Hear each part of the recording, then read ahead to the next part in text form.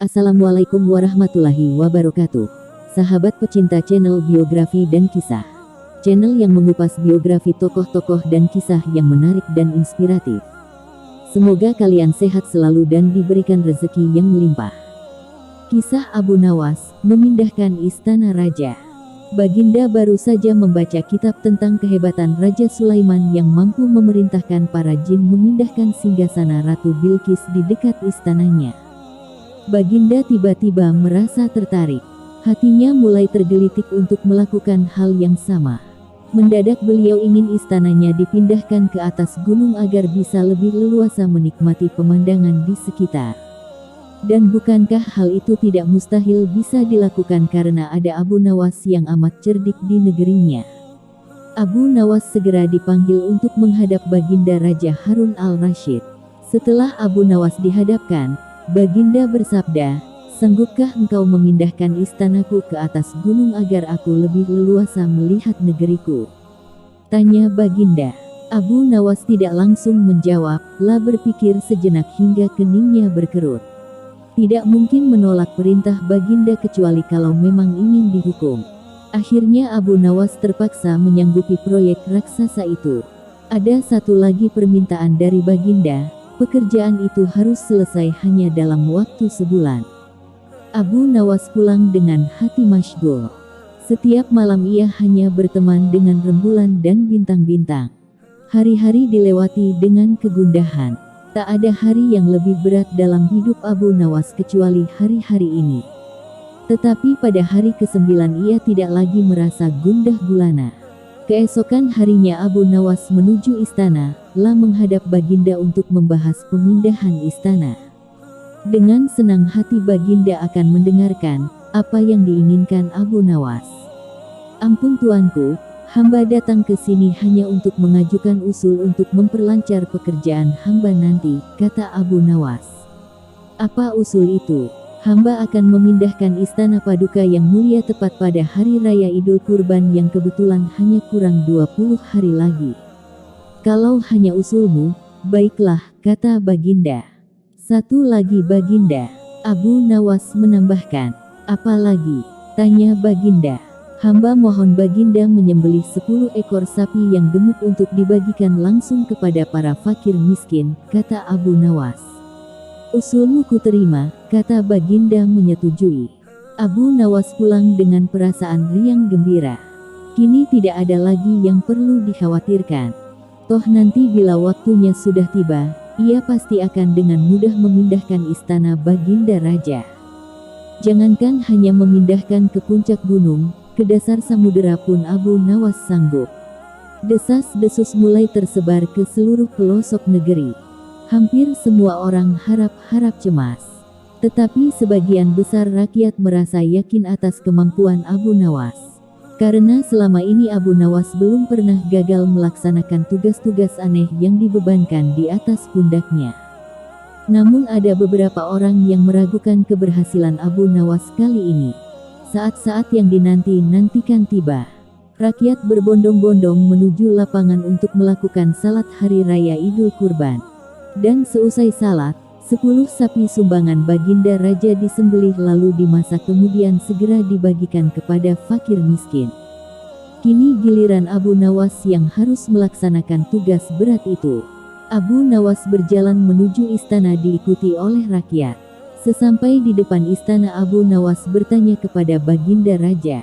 "Ampun tuanku yang mulia, apakah istana sudah tidak ada orangnya lagi?" "Tidak ada," jawab Baginda Raja singkat. Kemudian Abu Nawas berjalan beberapa langkah mendekati istana, lah berdiri sambil memandangi istana. Abu Nawas berdiri mematung seolah-olah ada yang ditunggu. Benar, Baginda Raja akhirnya tidak sabar. "Abu Nawas, mengapa engkau belum juga mengangkat istanaku?" tanya Baginda Raja. "Hamba sudah siap sejak tadi Baginda," kata Abu Nawas. "Apa maksudmu engkau sudah siap sejak tadi? Kalau engkau sudah siap, lalu apa yang engkau tunggu?"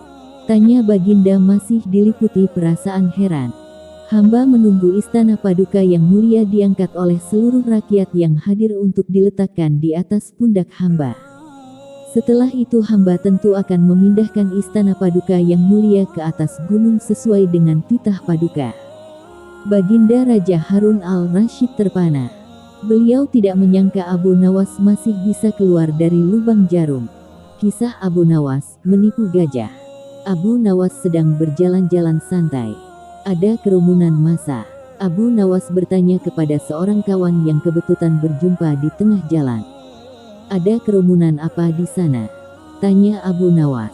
"Pertunjukan keliling yang melibatkan gajah ajaib." "Apa maksudmu dengan gajah ajaib?" kata Abu Nawas ingin tahu. "Gajah yang bisa mengerti bahasa manusia, dan yang lebih menakjubkan adalah gajah itu hanya mau tunduk kepada pemiliknya saja," kata kawan Abu Nawas menambahkan. Abu Nawas makin tertarik. Ia tidak tahan untuk menyaksikan kecerdikan dan keajaiban binatang raksasa itu. Kini Abu Nawas sudah berada di tengah kerumunan para penonton. Karena begitu banyak penonton yang menyaksikan pertunjukan itu, sang pemilik gajah dengan bangga menawarkan hadiah yang cukup besar bagi siapa saja yang sanggup membuat gajah itu mengangguk-angguk. Tidak heran bila banyak di antara para penonton mencoba maju satu persatu. Mereka berupaya dengan beragam cara untuk membuat gajah itu mengangguk-angguk, tetapi sia-sia. Gajah itu tetap menggeleng-gelengkan kepala. Melihat kegigihan gajah itu, Abu Nawas semakin penasaran. Hingga ia maju untuk mencoba. Setelah berhadapan dengan binatang itu, Abu Nawas bertanya, "Tahukah engkau siapa aku?" Gajah itu menggeleng. "Apakah engkau tidak takut kepadaku?" tanya Abu Nawas lagi. Namun gajah itu tetap menggeleng. "Apakah engkau takut kepada tuanmu?" tanya Abu Nawas memancing. Gajah itu mulai ragu. "Bila engkau tetap diam maka akan aku laporkan kepada tuanmu," lanjut Abu Nawas mulai mengancam. Akhirnya gajah itu terpaksa mengangguk-angguk. Atas keberhasilan Abu Nawas membuat gajah itu mengangguk-angguk, maka ia mendapat hadiah berupa uang yang banyak. Bukan main marah pemilik gajah itu hingga ia memukuli binatang yang malang itu. Pemilik gajah itu malu bukan kepalang. Hari berikutnya ia ingin menebus kekalahannya. Kali ini ia melatih gajahnya mengangguk-angguk. Bahkan ia mengancam akan menghukum berat gajahnya bila sampai bisa dipancing penonton mengangguk-angguk, terutama oleh Abu Nawas. Tak peduli apapun pertanyaan yang diajukan. Saat-saat yang dinantikan tiba. Kini para penonton yang ingin mencoba, harus sanggup membuat gajah itu menggeleng-gelengkan kepala. Maka seperti hari sebelumnya, para penonton tidak sanggup memaksa gajah itu menggeleng-gelengkan kepala. Setelah tidak ada lagi yang mencobanya, Abu Nawas maju, ia mengulang pertanyaan yang sama. "Tahukah engkau siapa aku?" Gajah itu mengangguk. Apakah engkau tidak takut kepadaku?" Gajah itu tetap mengangguk. "Apakah engkau tidak takut kepada tuanmu?" pancing Abu Nawas. Gajah itu tetap mengangguk, karena binatang itu lebih takut terhadap ancaman tuannya daripada Abu Nawas.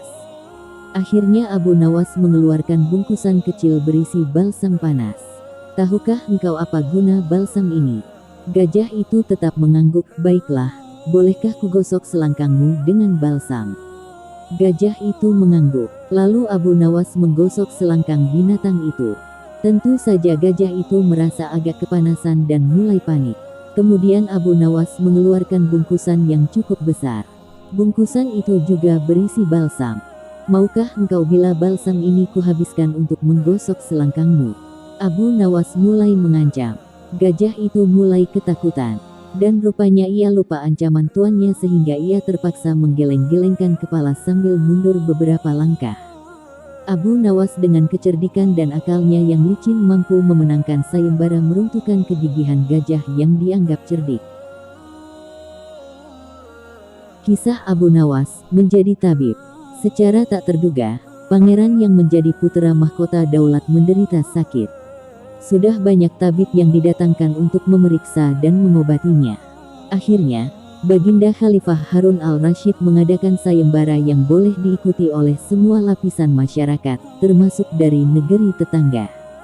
Sayembara yang menyediakan hadiah menggiurkan itu, dalam waktu beberapa hari saja mampu menyerap ratusan peserta. Namun tidak ada satupun dari mereka yang berhasil mengobati penyakit yang diderita oleh putra mahkota.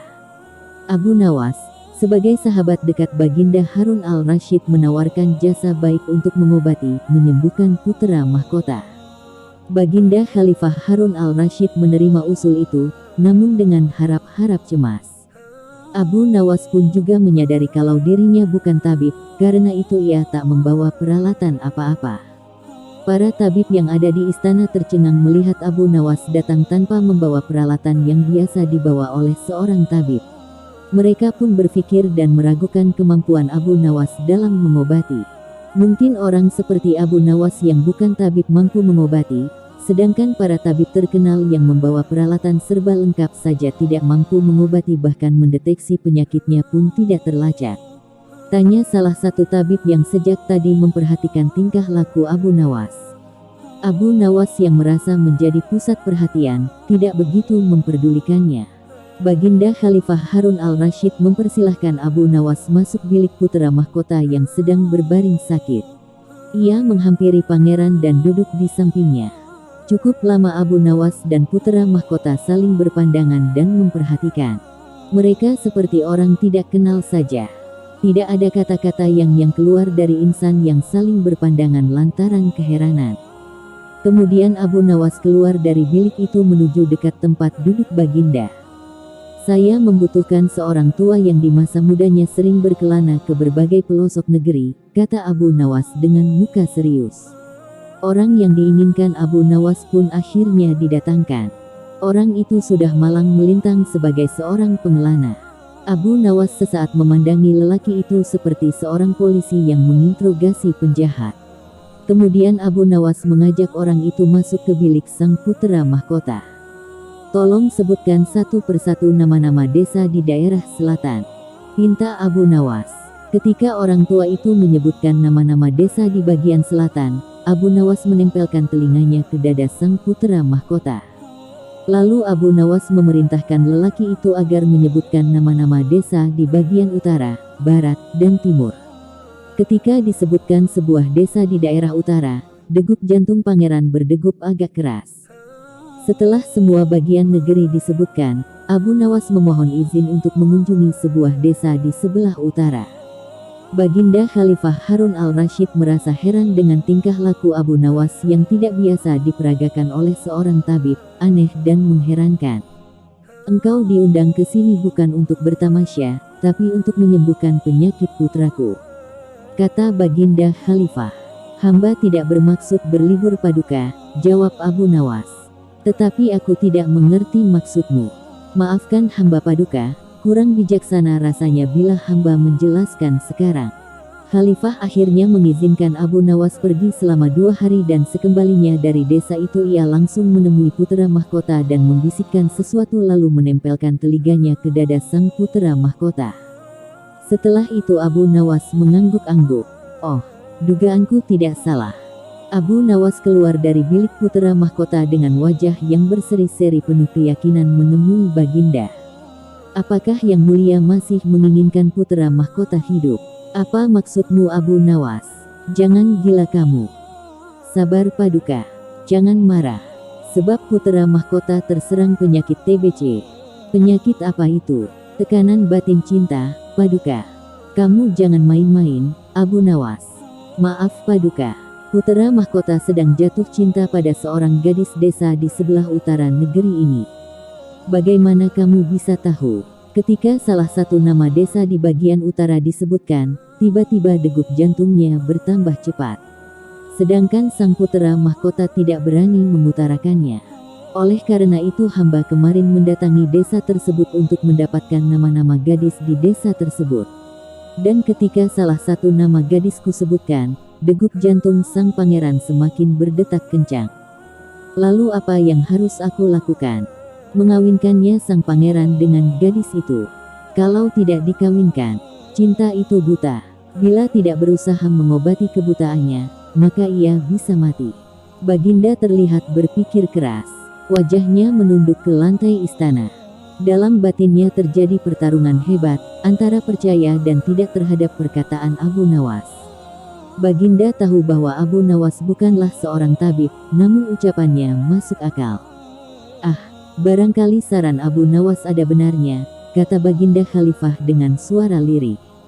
Abu Nawas yang mengamati wajah Baginda Khalifah yang sedang serius, tidak berani angkat bicara. Suasana menjadi sunyi. Para tabib istana asyik berpikir sendiri-sendiri, entah apa yang mereka pikirkan. Saat wajah Baginda Khalifah bangkit, tiba-tiba Abu Nawas angkat bicara, memecah keheningan istana. Bagaimana Paduka? Bila tidak, putra mahkota bisa mati. Rupa-rupanya saran Abu Nawas tidak bisa ditawar lagi. Begitu disetujui, maka menikahlah sang pangeran dengan gadis itu dan kesehatan pangeran berangsur-angsur pulih. Sebagai tanda terima kasih, Abu Nawas diberi hadiah cincin permata yang sangat indah. Kisah Abu Nawas, menembus hujan. Abu Nawas pernah menghancurkan barang-barang di istana tanpa bisa dicegah Baginda Raja. Keinginan raja untuk menangkap Abu Nawas dan menjebloskannya ke penjara begitu besar. Maka dibuatlah perintah agar Abu Nawas bisa dipersalahkan. Maka Baginda mengajak Abu Nawas berburu beruang. Abu Nawas tak berani menolak meskipun ia sangat takut pada beruang. Setelah persiapan dibuat, perburuan pun dimulai. Namun perjalanan menuju hutan itu rasa-rasanya akan terhalang karena tiba-tiba cuaca berubah mendung. Baginda Raja pun memanggil Abu Nawas. "Tahukah engkau mengapa kupanggil menghadap?" tanya Baginda tanpa senyum. "Ampun Baginda, hamba belum tahu. Sebentar lagi akan turun hujan tapi hutan masih jauh. Apapun yang terjadi, nanti saat tiba waktunya santap siang kita harus berkumpul di peristirahatanku. Nah, demi kelancaran perjalanan, sekarang kita berpencar. Ingat, jangan sampai menghadiri santap siang dengan baju basah." Karena Raja Harun sengaja menjebak Abu Nawas maka ia diberi kuda yang lamban. Sementara rombongan lainnya masing-masing menerima kuda yang sigap dan kuat. Maka seluruh rombongan pun mulai bergerak. Tak lama setelah rombongan berangkat tiba-tiba turun hujan. Baginda dan rombongannya segera memacu kuda menuju tempat perlindungan terdekat. Meski kuda mereka lari secepat angin nyatanya mereka semua tetap basah kuyup. Ketika waktu santap siang tiba Baginda pun segera menuju tempat peristirahatan dengan baju basahnya. Sebelum baju Baginda dan para pengawalnya mengering tiba-tiba Abu Nawas datang menyusul dengan kudanya. Baju Abu Nawas tak tampak basah, padahal kuda-kuda tercepat pun tak bisa menghindari hujan sederas itu. Raja Harun pun dibuat makin penasaran. Demi dapat mengalahkan Abu Nawas, pada perburuan hari kedua Baginda Raja menukarkan kudanya dengan yang lamban. Sementara Abu Nawas kini memperoleh kuda yang mampu berlari cepat. Seperti sudah diduga sebelumnya, hujan turun lagi menghadang perjalanan para pemburu. Baginda dan para pengawal pun kontan basah kuyup karena kuda mereka memang tak bisa berlari kencang. Dan ketika tiba waktu untuk santap siang, Abu Nawas sudah berada di tempat peristirahatan menunggu kedatangan Baginda dan para pengawal. Saat mendatangi tempat makan, Baginda Raja keheranan menemukan Abu Nawas sudah santai dengan pakaiannya yang kering. "Terus terang saja, sebenarnya bagaimana caramu menghindari hujan?" tanya Baginda. "Caranya mudah saja, Tuanku yang mulia," kata Abu Nawas sambil tersenyum. "Baik kemarin maupun hari ini, hamba sebenarnya tidak bisa menghindar dari hujan. Rahasianya, begitu hujan turun hamba langsung melepas pakaian dan melipatnya. Hamba menduduki pakaian ini agar tak kehujanan. Jadi hamba menembus hujan tanpa berpakaian." Mau tak mau Raja Harun al-Rashid tersenyum mengakui kecerdikan Abu Nawas.